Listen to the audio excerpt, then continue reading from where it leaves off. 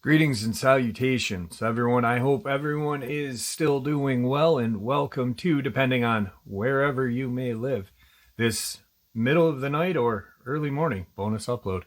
Before we jump into it, a couple links. As many of you know, I rely on Patreon, PayPal, channel membership, and the merch to help the channel to continue to grow and go. Links to Patreon, PayPal, and channel membership is in the description below. Merch displayed directly under the video. Also, Dogman Frightening Encounters, Volume 1 through 3, the audiobook versions. They were written and researched by Tom Lyons, narrated and produced by me, Jeff Nadolny. Those audiobooks are available on Audible, Amazon, and iTunes, links to which are also in the description as well. And finally, last but definitely not least, if you'd really like to help support the channel to continue to grow and go, simply subscribe. It doesn't cost a cent. Click that like button, takes half a second. If you don't want to miss out on any of the informative uploads I put out daily, click that bell icon, and folks, please leave a comment. Why? Well, because all these things really do help the channel to continue to grow and go. And folks, they really do matter. Now, everyone, I have taken far too much of your time. Let's jump in to tonight's middle of the night or early morning bonus upload. Shall we? Alright guys, so the photo that you are going to see in this upload is supposedly the actual photo or an actual photo of the creature you are going to hear about in this upload. Alright, so what we will do is I will share this very well detailed and horrifying encounter, and then I will share the 3 police affidavits from the witnesses who experienced this event with this very strange creature. Let's get into it.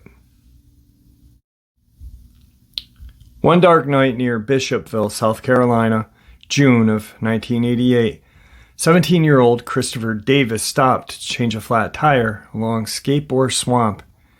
Just as he had finished the task and was putting the flat tire in his trunk, he heard a noise coming from a nearby field.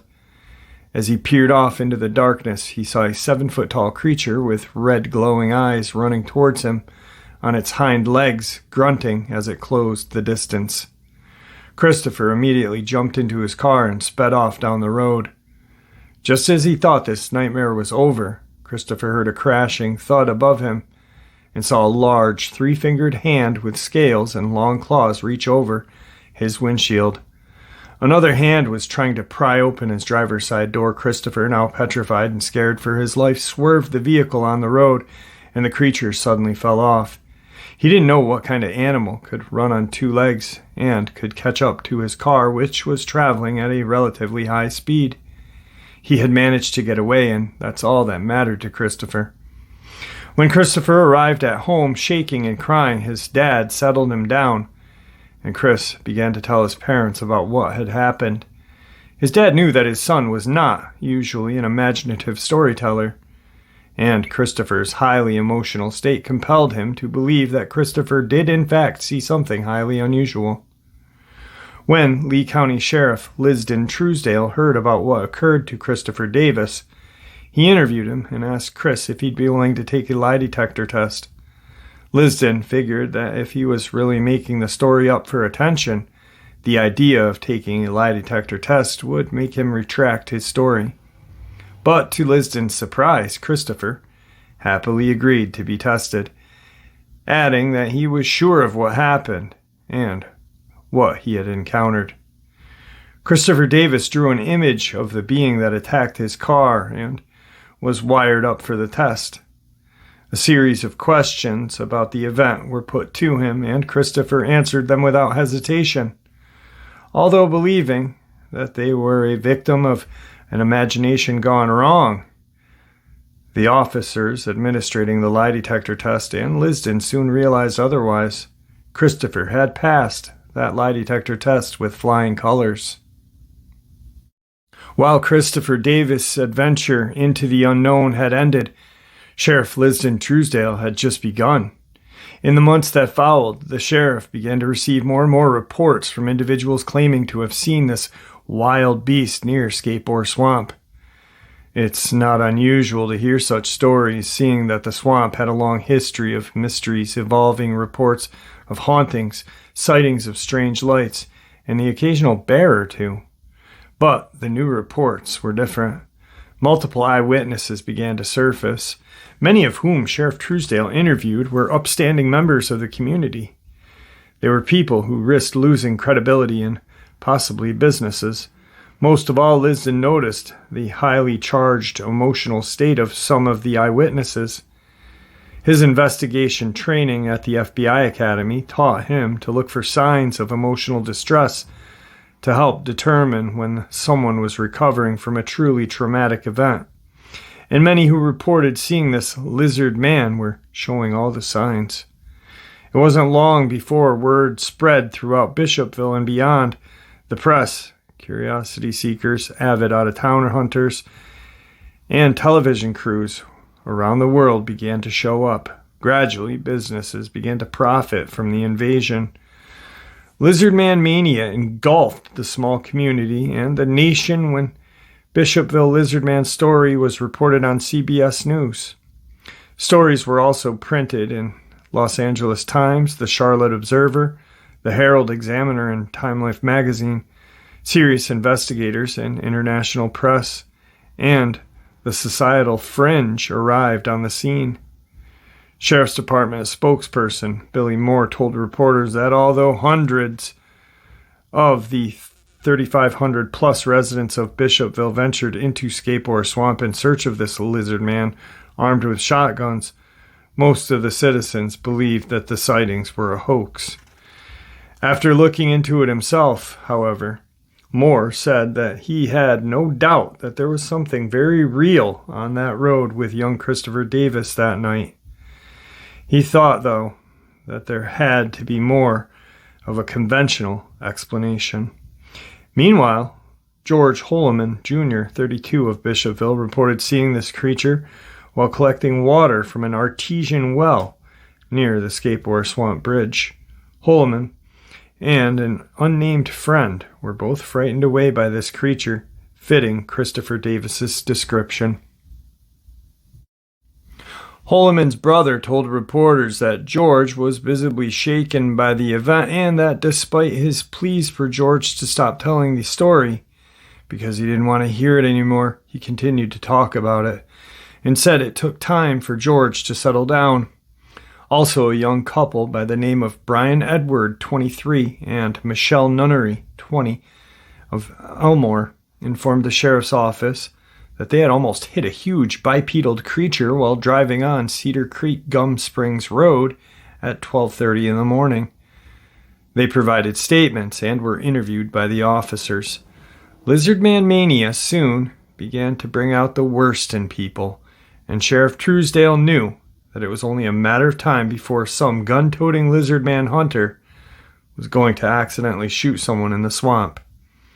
It was then that the inevitable happened. An Air Force sergeant was discovered trying to dress up as the in a lizard costume. When the press heard the story, a shadow of a doubt was cast over the lizard man encounters. When the press left Bishopville, Lisden was happy to see his hometown return to normal. But normal never returned, really. During the early 90s, the sheriff's office continued to receive reports of this lizard man sighting. One eyewitness, a colonel in the Army Corps of Engineers, reported seeing a half-dinosaur, half-man thing running across the road in front of his car late one night.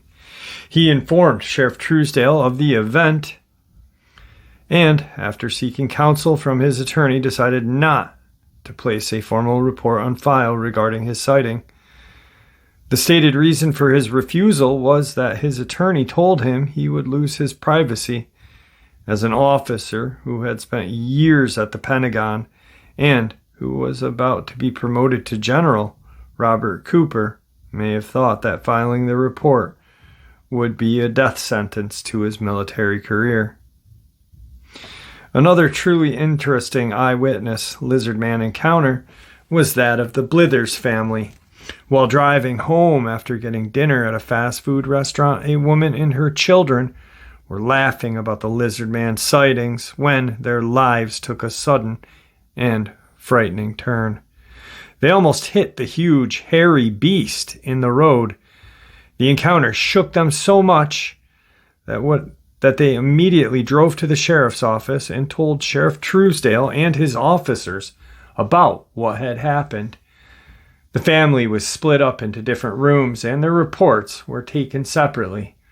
All information provided matched. Now, in another strange incident, damage to a Ford LTD belonging to Tom and Mary Way was attributed to the Lizard Man because of the anomalous strength that would be needed to cause such destruction. In the middle of the night, when Tom and Mary were asleep upstairs in their house, parts of their car had been ripped apart, wires were pulled away from under the hood. Remarkably, neither Tom nor Mary heard a single sound all night. To this day, Sheriff Lisden Truesdale continues his search for whatever it was that turned his sleepy, small community upside down. The Lizard Man of Bishopville occasionally resurfaces and continues to provide a sense of mystery and wonder. All right, something that I'd like to touch on before we jump into the affidavits. There's a lot of conflicting experiences. Now, Christopher Davis's, the young man who took the lie detector test and had seen, this creature first, his was bipedal. He didn't really give a good description, just that it was reptilian and had scales. Then as time went on, a Air Force sergeant was discovered dressing up in a strange, lizard-like costume. So that really puts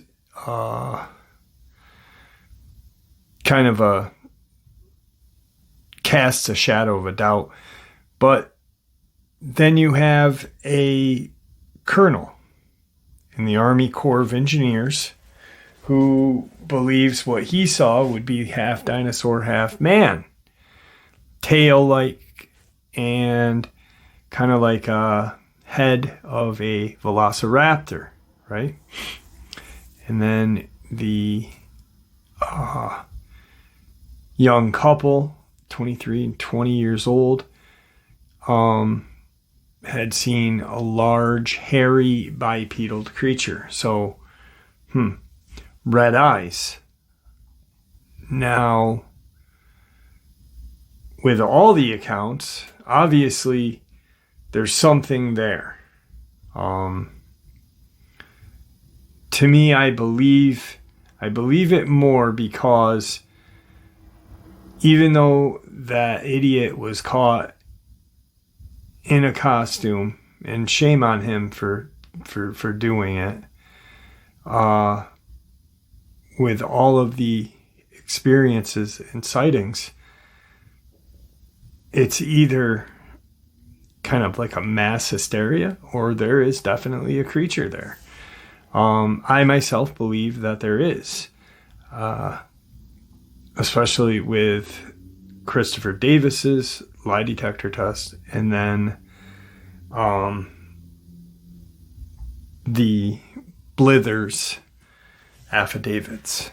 So could it be a Dogman? Could it be a Lizard Man? Could it be some sort of half dinosaur, half man? Who knows? But you can't deny that it's strange, and that many sightings, something's out there. And even the sheriff says it as well. So let's get into these affidavits.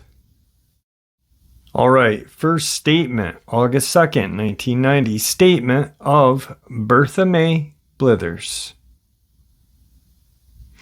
This statement relates to an unusual sighting that took place July 30th, 1990, on the Browntown Hickory Hill Road of Lee County. This past Monday evening, I went to my mother's house in Browntown to pick up my son. We went to McDonald's on Highway 15 near Bishopville to get something to eat. We left there maybe 20 minutes after 10. I was heading home and came through Browntown and Skateboard Swamp. We were laughing, singing, and eating French fries and listening to the radio, and started to talk about this lizard man creature right before we got to the bridge. After we got through talking about him, we were laughing and singing again, just one big happy family. The people in the car were my son Johnny, age 18, my daughters Tamika, age 11, Christina, 5, and my 2-year-old twin boys at 4. We passed the bridge and was down the road near the site. I was looking straight ahead, going maybe 25 miles an hour, and saw this huge brown thing. It jumped up at the window. I quickly sped up and went on to the other side of the road to keep it from dragging my 11-year-old girl out of the window. I didn't see it with my lights directly. It nearly scared me to death. After I turned to the other side of the road, I mashed my brakes, and my son saw something walking across the road behind us. My son wanted to turn around and go back, but I wouldn't. I was too scared. There was no way I would have turned that car around and went back. I came on home and called my sister, Virginia, and told her about it. She told me to report to the sheriff's office. I didn't want to report it because they would think it was a joke or something, but I told them whether they believed me or not. My son wanted me to turn around right then and report it, but I came home. I was scared to get out of the car, and when I did, I never got the right key to get in the door. Description: it was tall, had a chest like a human, 2 arms like a human. I saw it from the waist up, but I didn't see its face. The chest was large. Note, she measured a yard wide. It almost filled the window on the passenger side. Note, she was driving a 1980 Buick Regal. What I saw of it looked like it had hair. Note, it was about the color brown as my car. Note, which is between a gold and brown. I'm not wanting to get on TV. It was not my imagination. I know. I've seen it, and it was not a deer. I never saw anything like that before. It was not a deer, nor a bear. My 11-year-old daughter was screaming, so I had to reach over and straighten her up. It definitely was not a person. This ends the statement of Bertha May Blythers. All right, the next statement was on July 31st, 1990. Statement of Johnny Blythers, just graduated from Bishopville High School, employed by the city of Bishopville, South Carolina. The statement relates to an unusual sighting that happened July 30th, 1990, on Browntown Hickory Hill Road in Lee County. Last night at about 10:30, we were coming home from Browntown section of Lee County. It was me, my mom, Bertha May Blyther, 2 sisters, age 5 and 10, 2 brothers, age 4, twins. I started talking about the time we passed the flowing well in Skateboard Swamp. I said, "There ain't so much thing as a lizard man, If there was, somebody would be seeing it or caught it by now. We got up a mile or a mile and a half past the butter bean shed, about 50 feet from the dirt road by those two signs. My mother was driving the car. It was on the right side. It came out of the bushes. It jumped out in the road. My mom swerved to miss it and mashed the brakes and sped up. It jumped out of the bushes like it was going to jump on the car. When my mother mashed the brakes, it looked like it wanted to get into the car. Size, it was taller than me. I'm 5'10". I'd say it was 6 feet tall or more. Color, I would say brown. All of us said it was brown. Description, had hair on it. Tall, big eyes, and it was brown. Told my mom to turn around. I wanted to see what it was, but she would not. We weren't going fast, maybe 30 miles an hour. This was not my imagination. I know what I saw, and I am not trying to get on TV. I know I saw it last night, and I ain't crazy. It stood up like a human, not straight up, but humped over, kind of like in a crouched position. Never seen anything that looked like that before. Had arms and legs, large eyes, glowing. I'm not going to lie. I know what I saw. I'm not like Chris Davis. I don't know what he saw, but I know what I saw, and I'm not trying to get attention. My mother said, "Y'all see that? Y'all see that?" My sister started screaming. We came home pretty fast. My sister thought it was going to get her. We came home, reported it to the sheriff's office.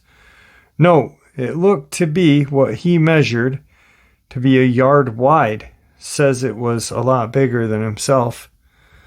The people I spoke to, they worked with me. Some of them that I talked to today were laughing at me. They said it was my imagination. I told my mother to turn around. I wanted to see it, but she would not. We weren't going fast, maybe 30.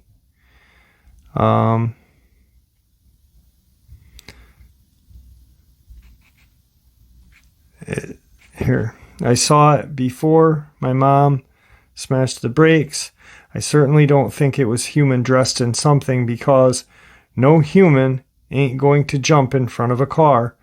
It was definitely not a bear. This ends the statement of Johnny Blythers. And this is the final statement, August 2nd, 1990, statement from Tamika Blythers, age 11. This is the daughter that the mom refers to in her statement. She believed that it was trying to grab her out of her window. We were riding along. I was the first to see it. I was on the side door of the passenger side. I had the window down. I had my arm out the door where the window was at. When I saw it, I hollered and put the window up and got closer to my mom. Description: tall, taller than the car, brown looking, big chest, big red eyes, 2 arms. Don't know how his face looked. First seen his eyes, never saw nothing like it before. I didn't see a tail. Mother says if she hadn't whipped over, it would have hit her car or jumped on it. Would like to see it and get a picture. Mom said she was so scared that her body light, and she held her heart all the way home. First time any of them has ever seen anything at night.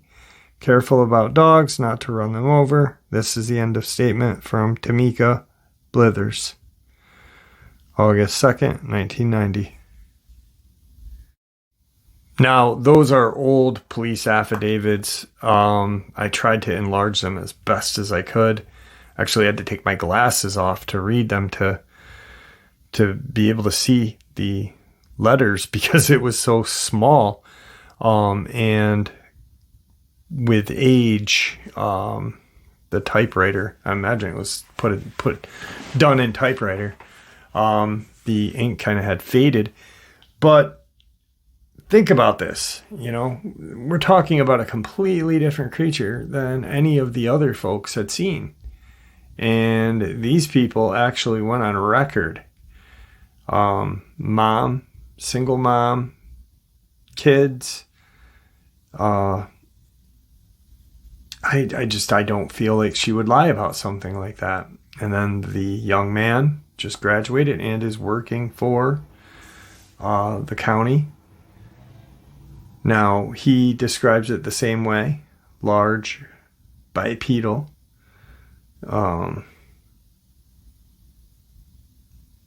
Just absolutely insane. And then to have the military corps or colonel of the Army Corps engineer or whatever, Army and Corps of Engineers, to retract his statement so he didn't look crazy and ruin his military career. I myself, with the last statement with the Blythers, believe that at least one of these encounters was Dogman. And I feel that the Blythers had experienced a Dogman encounter rather than a lizard. But I wouldn't doubt there being, a lizard creature in Scape or Swamp. Anyway. All right, folks, let's end this upload with a subscriber Dogman encounter. Hey, Jeff, call me Teddy. I live close to a place in Old Fort, North Carolina. The road that's in Old Fort is called Curtis Creek Road. It leads all the way up to the Blue Ridge Parkway. A nice curvy road all the way up to the Blue Ridge. It's all dirt roads. The nightmare in real life, my Dogman encounter. My wife and I had just gotten married back July of 2017 and had been staying there for about 2 months in an apartment, so she and I decided to go out somewhere. I had taken her up Curtis Creek. Sure, I've been up there before, but I didn't go all the way up to the Blue Ridge Parkway. I was planning to scare my wife half to death. Well, I guess I bit off more than I could chew. I got halfway past the campground that's up there, about a mile up on, and I stopped to relieve myself. When I did, I turned off the car and turned the lights off, thinking I was going to be safe. Oh boy, was I wrong, because while I went out to relieve myself, I was standing right beside a tree. Then I smelled this god-awful, wet dog, iron-like smell, and thought it was a pack of coyote close by, so I didn't pay much attention. Just to let you know, I was basically in the middle of the woods, and it was dark, 2 a.m. I finished my business, and I was 7 feet away from the car. I went back to the car, and I went to open the door of my 92 Toyota Corolla, and that's when I heard it. This blood-chilling growl. I quickly hopped my ass into the car and turned on the high beams, and I saw it right in front of us, where I just had been. Where the tree was, and where I was just standing. It must have been standing right behind me, while I was relieving myself. I then started to freak out. What I was looking at, it had pointed ears, it was darkish brown fur with hints of white, and the thing that I will never forget was its blood-stained teeth and bright yellow eyes glaring at me.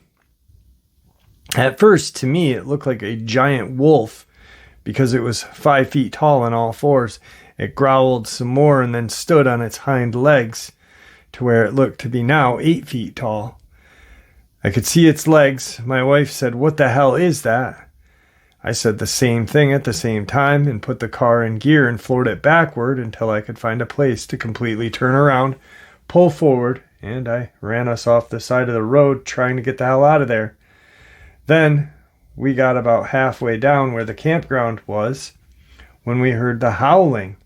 Once I hit paved road, I floored it because we couldn't go that fast on the dirt roads, on the curves. I have not been back up there after dark since. And if you do go up there to explore, do not go after dark or close to nightfall, because you will regret it. Now, that Curtis Creek Road, I have actually looked into that area, not because of this guy, but because of another subscriber that lives out that way, and had looked into that location. And there is quite a lot of land and a lot of just strange happenings in that area. So I wouldn't doubt this guy's experience at all, to be honest with you. All right, folks, that was tonight's middle of the night or early morning bonus upload. Depends on wherever you live. Guys, I hope you enjoyed it as much as I enjoyed sharing it with you. I'd like to thank you all for supporting the channel. It is your support, after all, that helps the channel to continue to grow and go, and honestly, what gives people a place to share their experiences, ideas, and theories, judgment and ridicule free. Thank you. Please stay safe, happy, healthy, and ever vigilant, keeping an eye on our children, pets, family, and friends. These creatures are real. They are out there, and they are dangerous. Share this information with the people you love and care about, and it may just help save their lives someday. Till next time, never stop asking questions, never stop searching for answers, and God bless.